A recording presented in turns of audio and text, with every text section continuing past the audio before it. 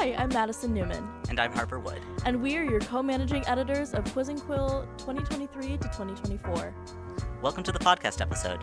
This episode, we're going to feature selections from our fall chapbook and our spring magazine. This is our last one of our last duties as Quiz and Quill managing editors. How are you feeling about it? Oh, don't ask me how I'm feeling about it. I mean, you were right there along with me from the very start of, we both joined Quiz and Quill's spring semester of our freshman year. Yep. So the earliest you can join, we both did. And we were in, it was COVID, so all of our meetings were online, and it was horrible. But it was still so much fun. Oh, absolutely. Absolutely. I meant everything is horrible on Zoom, especially like in 2020 when everybody had Zoom fatigue. But I think that it's so special how we both joined at the same time as freshmen on staff, and we've kind of worked our way up to genre editors, and then our final year as managing editors together. Yeah, I'm really proud of us and how far we've come over the last 4 years. I mean, honestly, I think this year might have been the most fun so far. We did so much stuff. It was so fun. Oh, absolutely. I mean, everything from organizing events to kicking off the open mic nights, and just we have some amazing pieces in both our chapbook and spring magazine for everybody to read this year. I think that this spring magazine especially is one of the most curated, hard-hitting magazines I think I've ever had the experience of putting together with Quiz and Quill. There are no misses in that magazine. I just adore every single one of the pieces that were selected. Yeah, absolutely. And on this podcast episode, you're going to get to hear the authors read their pieces aloud, and then also hear some interviews from our managing editors with those authors. So first up is Angelina Bruno with her poem The Bedside Table, and then after that, you'll hear Angelina speak with our poetry editor, Adam Willis.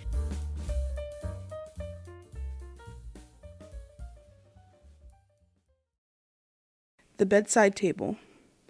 It doesn't take much for me to remember the feeling of brushing a single strand of hair from your forehead, and the sound of your breathing as it tangles with mine. It doesn't take much for me to remember the sweet taste of your lips in the morning, while we are both cascaded in the warmth of the sunlight, or the smell of the orchid you always kept at my bedside table to remind me every day that you knew they were my favorite. Now, Angelina, when I was reviewing this for Quiz and Quill, it really stood out to me in particular because, our theme was flora and fauna, right? Yep. And I really enjoyed how you subtly subverted that theme for this poem, just with that subtle introduction of the orchid at the end. I thought it was very lovely. Thank you. Now, I have a couple questions for you. The first one is, I know that you're primarily a fiction writer. You do a lot of high fantasy work in particular. Does your work in fiction kind of correlate with your poetry? Honestly, it does. Even though I write a lot of high fantasy, I think romance contrasts action and magic and all of that very well because it kind of brings you back to reality a little bit. I do tend to write more romantic or soft pieces when I write poems. It's just kind of a nice step back from reality to play up more of the romantic side that I usually put in my books. So this other question I had here is I know that you tend to write a lot of action-packed scenes. Yes. So I was interested to see, is there kind of a difficulty you find switching from that sort of mode of writing to this more peaceful sort of tone you have in your poetry? It definitely can be. A lot of times, I had written this poem in a car. I was driving back home. I'm from Connecticut. So we were driving back home to Ohio, and I just was watching the trees go by, and I had this idea. I love orchids, so I kind of just typed it out on my phone, and it came to be. And it's one of those poems I kept going back to, and I just loved the way it sounded. And that's how a lot of the poetry comes to me, which is kind of odd when I'm such a strict write outlines, make sure all my characters are flowing kind of person in my actual fiction writing. But it can be difficult. I am in a poetry class right now with Shannon Lackinen, and kind of toning myself down sometimes has its qualms, but for the most part, again, it's that kind of escape from the pressure of fiction. I can kind of just scrutinize the world a little bit more and make it more miniature and more digestible when I do poetry, so it's fun. Absolutely. I totally agree with you on that front. How would you kind of describe yourself as a writer? Do you kind of section yourself off, like I'm fiction, but I'm also a poet? Or are you kind of more all-encompassing? I do primarily call myself a fiction writer. That's where I find my home. But poetry's always been like the second best, especially since attending school, being at Otterbein. I've been exposed to so many genres that I'm kind of just letting myself creatively flow, and then whatever comes to me, comes to me. So poetry is definitely my second in command when it comes to my work. What sort of poets inspired you to write this in particular? When I read it, I thought a lot about Mary Oliver. Mm-hmm. I'm not sure if that was a name on your list, but what are some of your inspirations? Honestly, I am a very big lover of old school poetry. You're talking like your William Butler Yeats and your W.H. Audens. I really love the romantic side or romantic period of poetry. Just that really, like I said, bringing the world down to this minute detail. With the poem that I wrote, it's all centered around just this little flower, but all the emotions that come with it, the recognizing someone cared enough to do something small, that gesture. There's not a lot of that in modern poetry that I see. It's more kind of taking on big world issues. So I do harken back to older poets to kind of sense my, feel out for my style of writing, I would say. And I really do appreciate that with your work. Of course, there are many poets that do tremendous work with those kind of larger concepts and social issues. But for my taste as a poet, I really love when pieces like yours come across, because it's just kind of that reflection on that microcosm of that moment. So it really stood out for those points as well. Thank you. And then just kind of a closing question here. I know you're working on that novel, but what other sort of things do you got going on? Do you have, I know the novel's a series. Would you like to speak on that? Sure, yeah. I have two different works that I'm working on at the moment. I am doing a senior project where I'm focusing on realistic fiction, which is the first time I've done realistic fiction. So that's definitely something that's new to me, but it's been going well.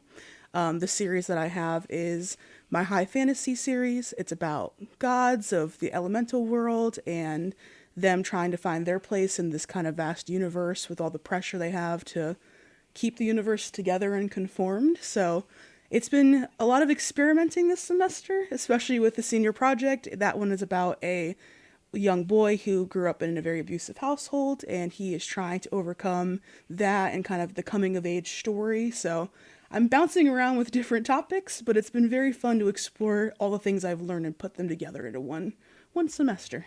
Right. I mean, that's the whole thing with college is experimentation. So Yeah. It's good to see another writer trying that out. Yeah, definitely. Angelina, this was a wonderful interview. I'm glad we could have you on today. Thank you. And we hope to see more from you in the future. I hope so too. Thank you so much for having me. Next up is an interview with our fall chapbook cover artist, Wrenne Grone. And Wrenne will be speaking with one of our copy editors and art enthusiasts, Kendall Householder.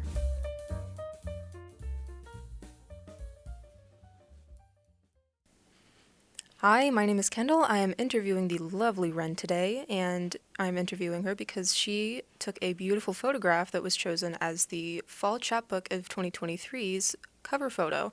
Wrenne, how are we doing? Pretty good so far. How about yourself? Doing all right. It's been a beautiful day. We're finally getting into that good weather, and that's always just real good for the psyche. But above all, I do want to go ahead and get right into the questions. Have you always had an affinity for photography?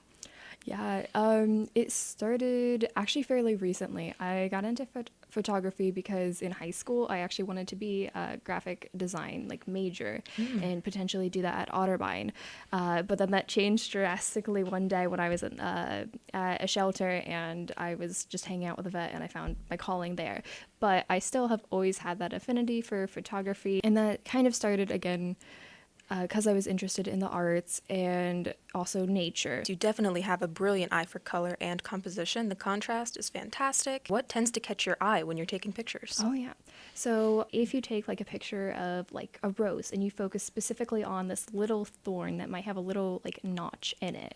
In terms of colors, and I typically go with high contrast because I find my work to be a little bit more on the serious side, and I find that adds a little almost an aura or demeanor of mysteriousness to my work, which I really enjoy.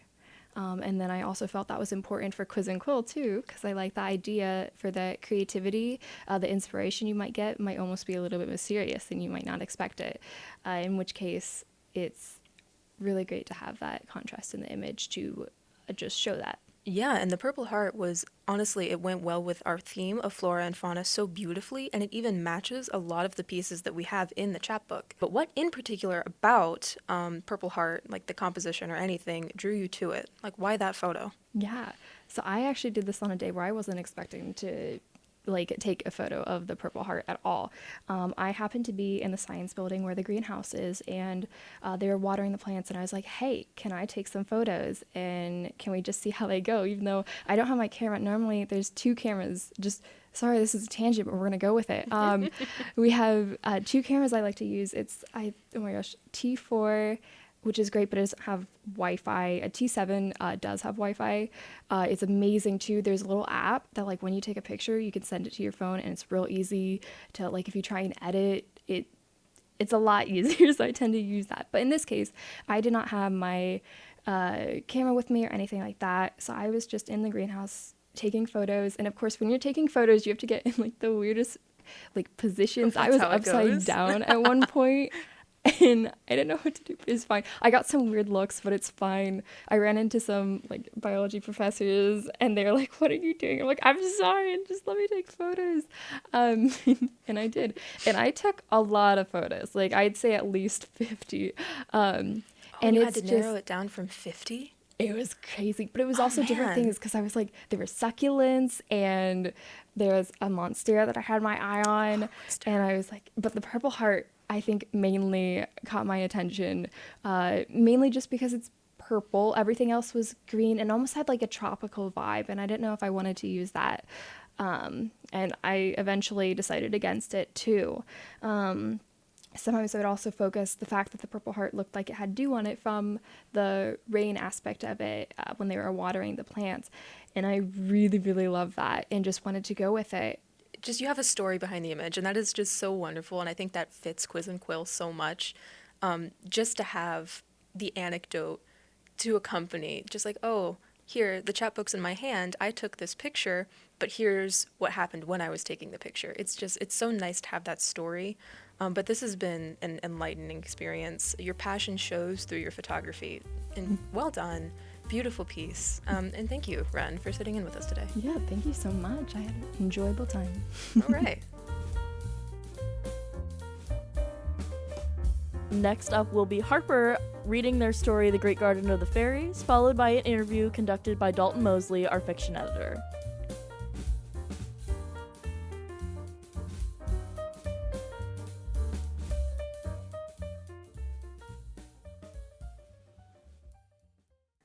The Great Garden of the Fairies.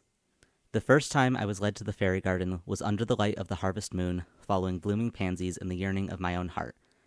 The lunar goddess shone so bright above me that I thought she could have replaced daylight itself, and no one would be the wiser until the sunflowers began to wilt without their mother's touch. This garden had not always been here. Like all fairy gardens, this one was born out of the rubble of broken concrete and the abandoned habitations of man.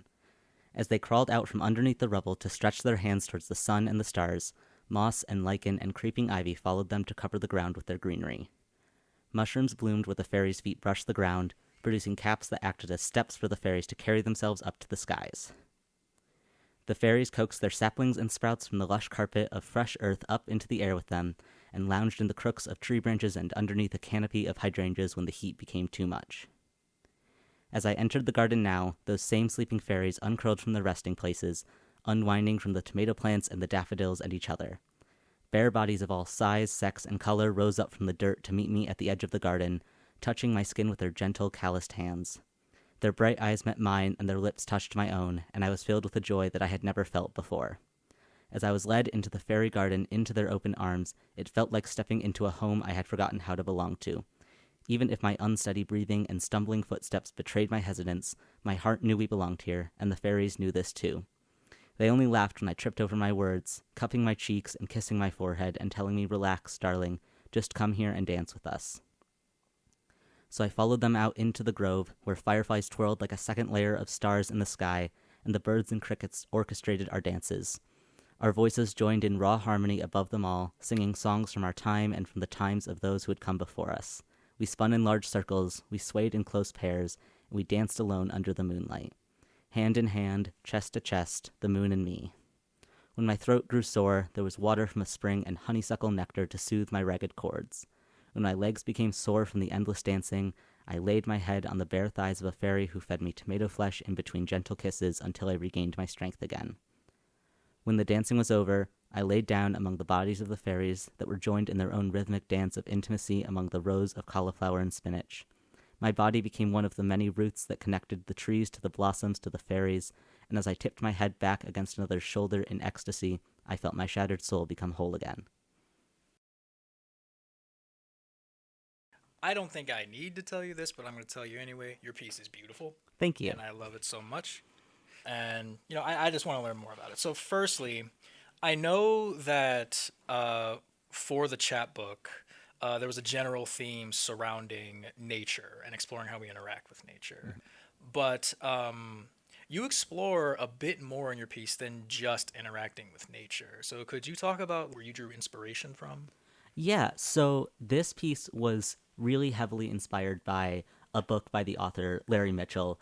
The title of the book, which I cannot say here because I know it's going on radio and there's inappropriate language in the title. But Larry Mitchell was a gay activist and author who wrote a lot about queerness and communal living and stuff like that. And this piece was heavily inspired by a section of his book that talked about the idea of these nature fairies that sort of grew their communes out of the habitations of man and lived in this very harmonious place where they were connected to nature and really felt all that nature had to offer that was being eroded by man and the larger technological advances of our world. And so that's where I really drew inspiration from, is I wanted to connect people to nature, because I think so often writing about nature becomes this very divorced thing from us.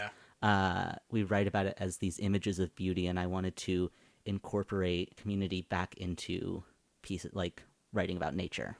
Is that specifically why you chose fairies to work with? Yes, it was based off Larry Mitchell's writing and his writing on fairies, and there were also real communities of gay men as fairies who also would create these sort of communal spaces or rituals in the woods and exist with each other in very similar ways that I've described. Obviously, I was not there in when these were occurring, but from what I understand, they these were real events that took place that I lifted from.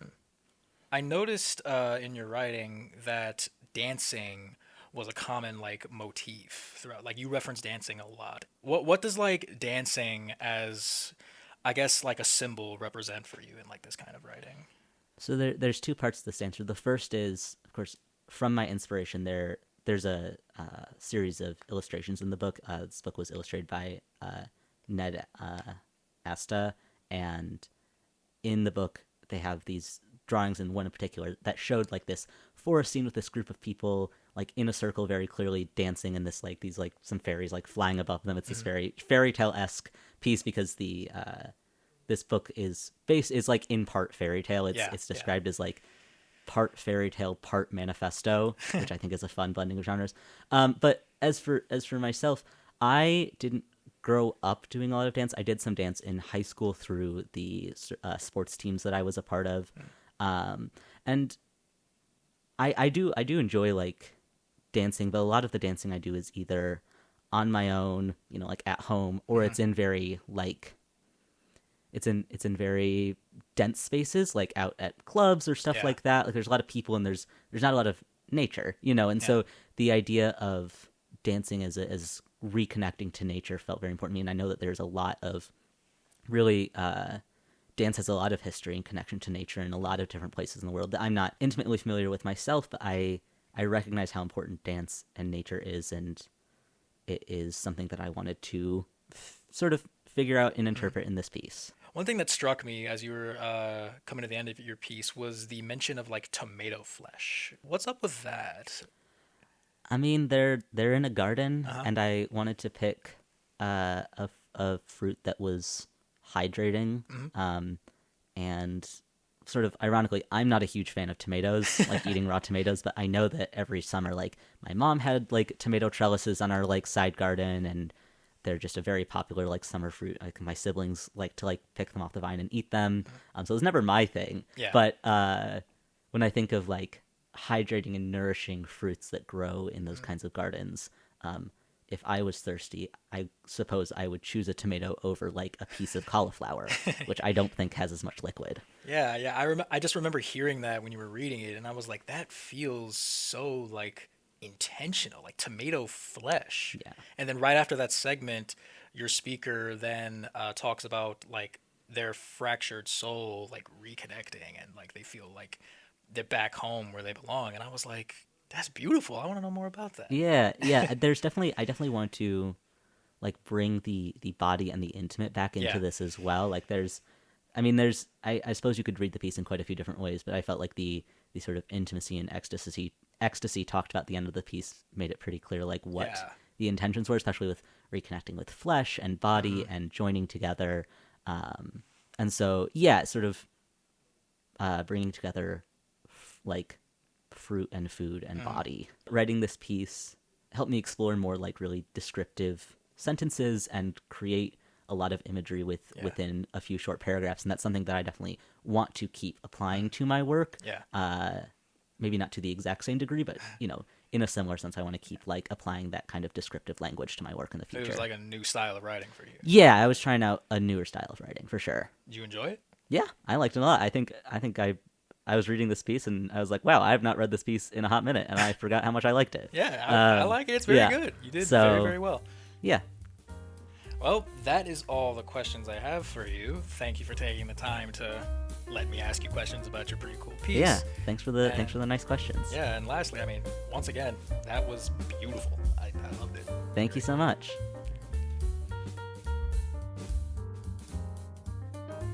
Next up is Jane Cook with her essay Monster on the Hill, followed by an interview conducted by Isaac Jones, our essay editor.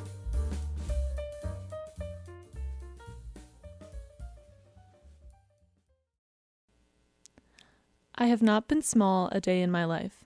My parents took one look at their lanky 3-year-old and enrolled her in ballet classes so she would know how to carry herself. I'm eternally grateful because, beyond standing up straight, ballet has enormously enriched my life and shaped who I have become. However, ballerinas are not tall, a fact that was never hidden from me. What people tend to want in a ballerina is a mere wisp of a person, who conversely possesses astounding strength and athleticism. I am no wisp, so there were never boys tall or strong enough to partner me. My costumes routinely had to have their hems torn out, and I single-handedly destroyed the aesthetic of every formation. An older dancer I looked up to once told us, "It's hard to have a body."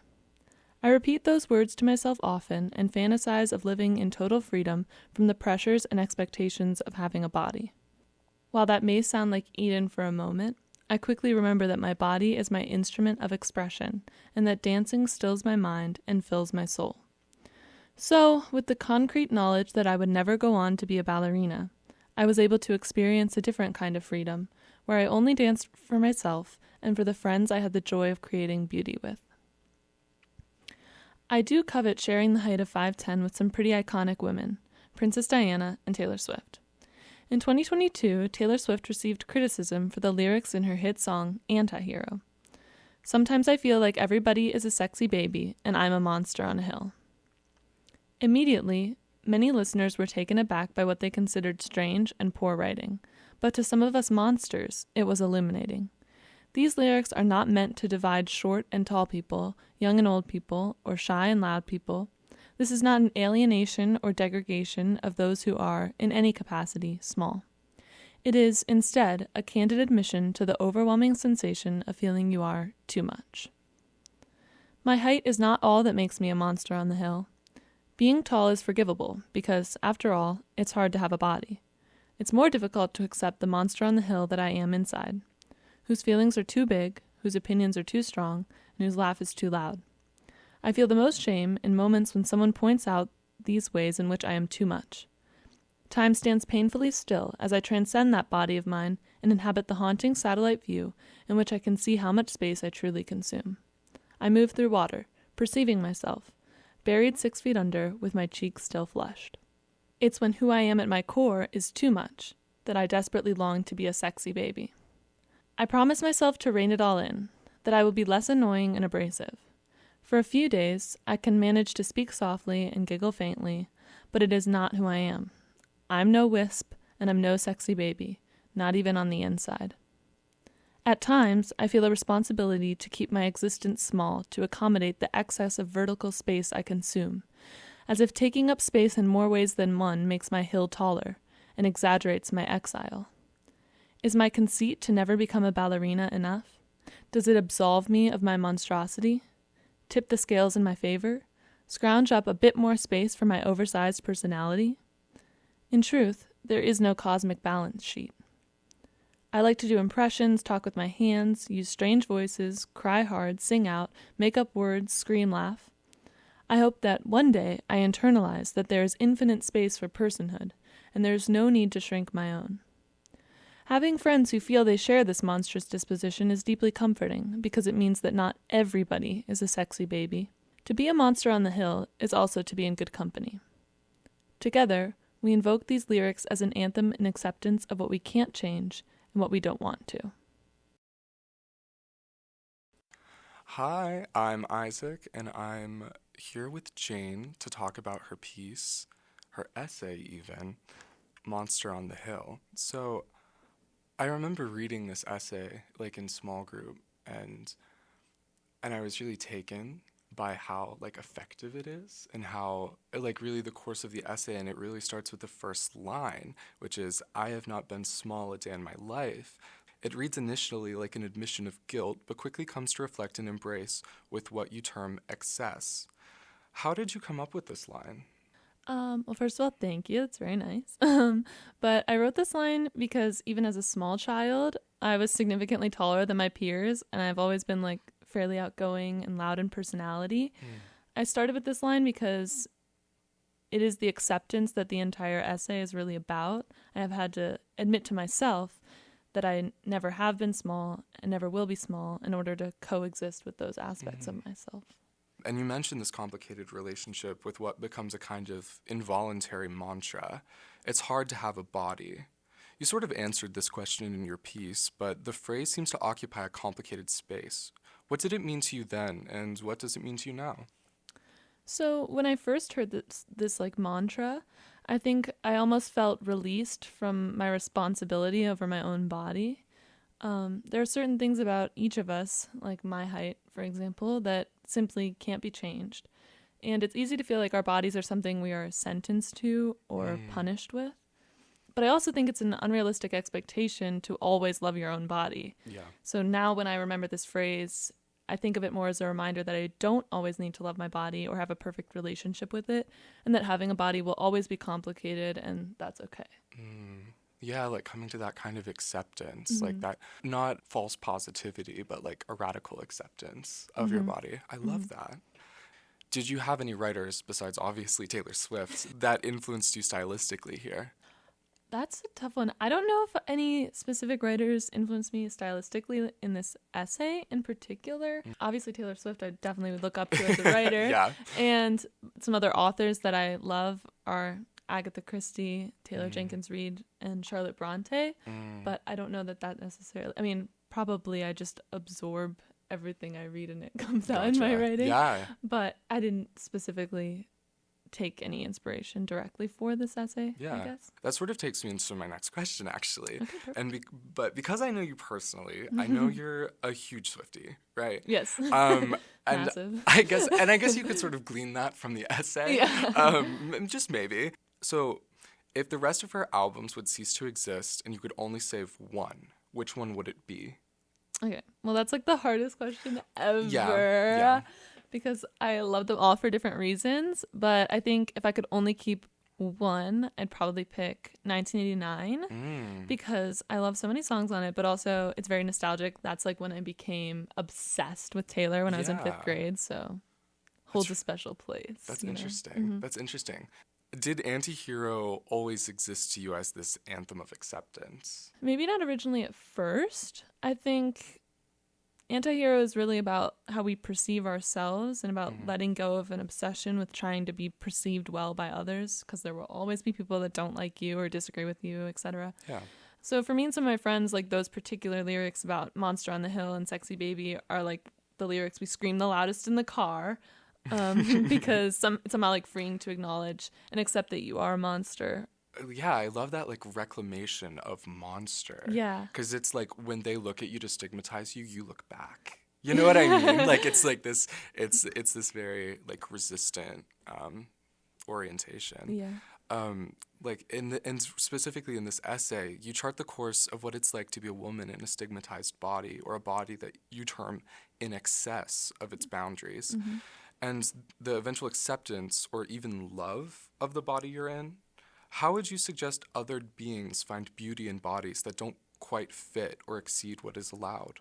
For me, like feeling othered because of my body makes me feel like I need to make myself small in other ways to compensate for it. And so the biggest thing for me has just been trying to remind myself that there's infinite space for personalities, thoughts, feelings, creativity. So even if the size of my body feels like it doesn't fit, there's always room for what's inside, I guess, if that makes sense. Yeah, like it's that like Virginia Woolf, A Room of One's Own. It's the title of her manifesto. Oh. Yeah. True. Like inventing, like world building, like your internal world, but also like understanding that you're allowed to take up space. Yes. You know, and there's an infinite amount of it. Like, yeah. I love that. Anyway. Gorge. Cool. Thank you. Thank you. Second to last, we have our Flash Contest winner, Amaya Serrano, with her story Red Slates. Then, Amaya will be interviewed by our playwriting editor and history buff, Freddie Borer.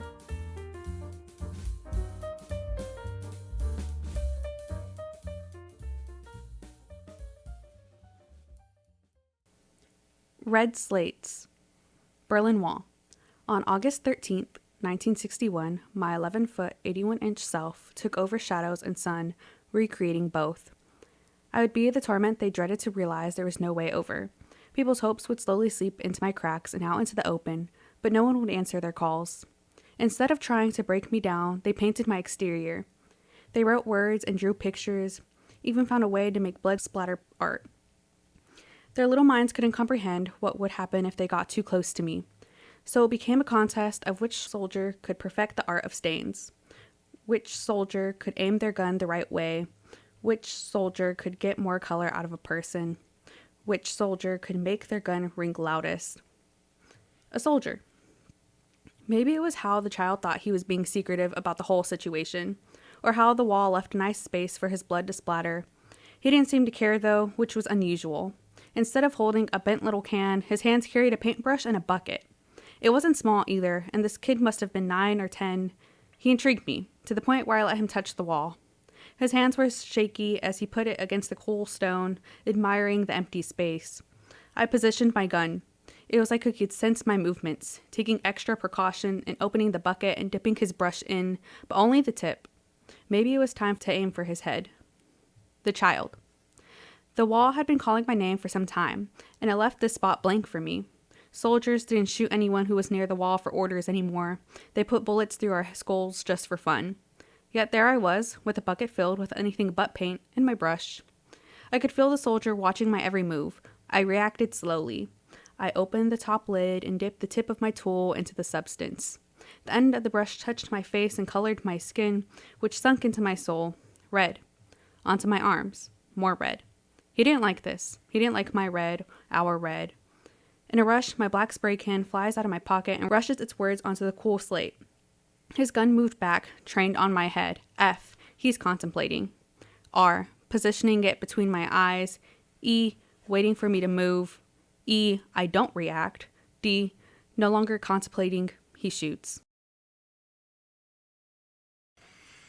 All right, very good, very good. So, Amaya, before I begin this interview, let me just say congratulations to you for winning our annual Flash Fiction contest. Thank you. This is a very interesting piece to me, especially since it is history-oriented, And I find historical literature in general to be pretty interesting, as it often connects to some sort of facet to the writer's experience or their own knowledge of some sort of historical event. What was it about the Berlin Wall that made you write this story?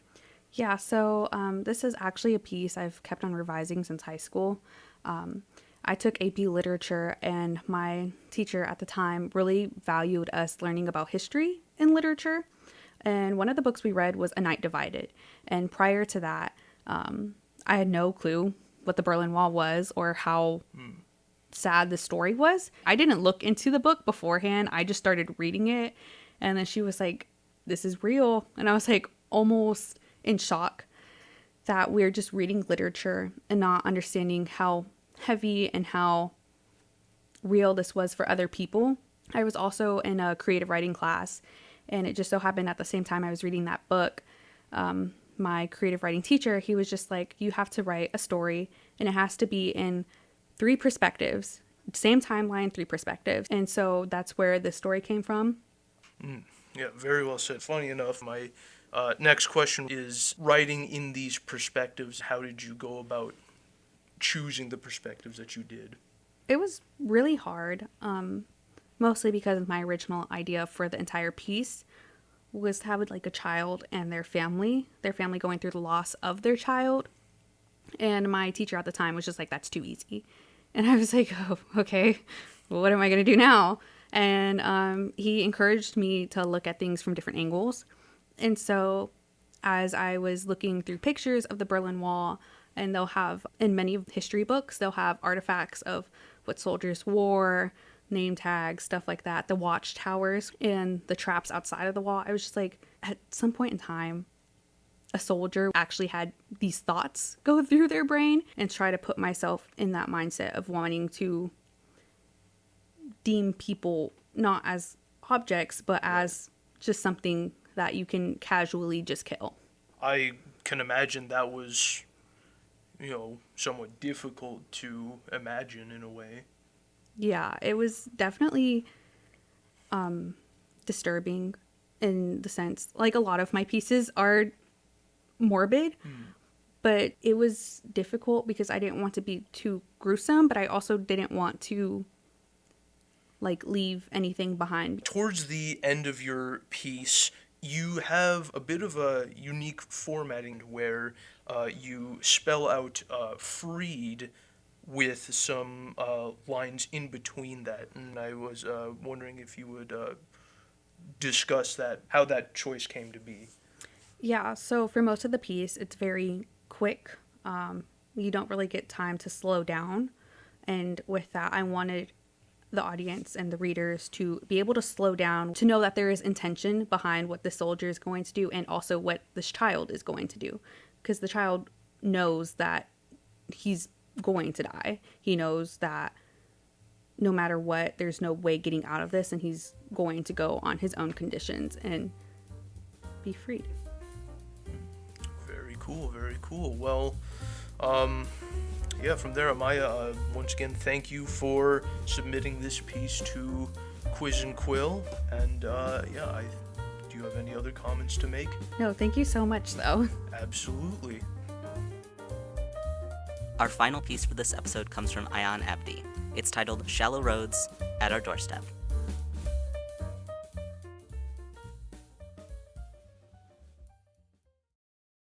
Shallow roads at our doorstep. This place, this graveyard, has pulled people under our rotted, atrophied burial ground of land, unable to bloom, no space to move beyond.